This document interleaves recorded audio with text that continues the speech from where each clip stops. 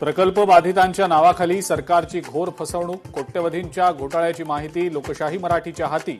Mumbai Ahmedabad high speed रेल्वेच्या कामात अधिकाऱ्यांकडून गैरव्यवहार.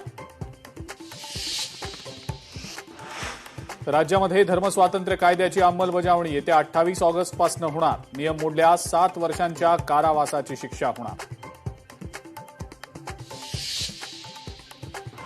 डॉक्टर नरेंद्र दाभोलकर हत्या प्रकरणातील मुख्य आरोपी सचिन अंदुरेला जामीन. हायकोर्टाकडून अंदुरेच्या जन्मठेपेच्या शिक्षेलाही स्थगिती.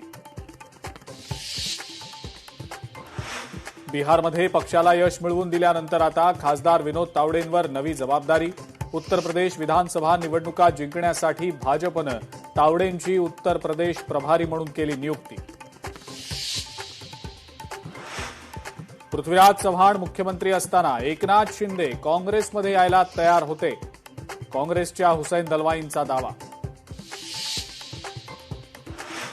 राम मंदिर देणगी चोरी प्रकरणात चंपतराय आणि अनिल मिश्रांना एसआयटीची क्लीन चिट मिळण्याची शक्यता. रत्नागिरी कोल्हापूर प्रवासासाठी मोठा फटका. आंबा घाट अवजड वाहनांसाठी अनिश्चित काळासाठी बंद. संरक्षक भिंतीचं काम सुरू असतानाच रस्ता खचल्यानं वाहतुकीला लागला ब्रेक.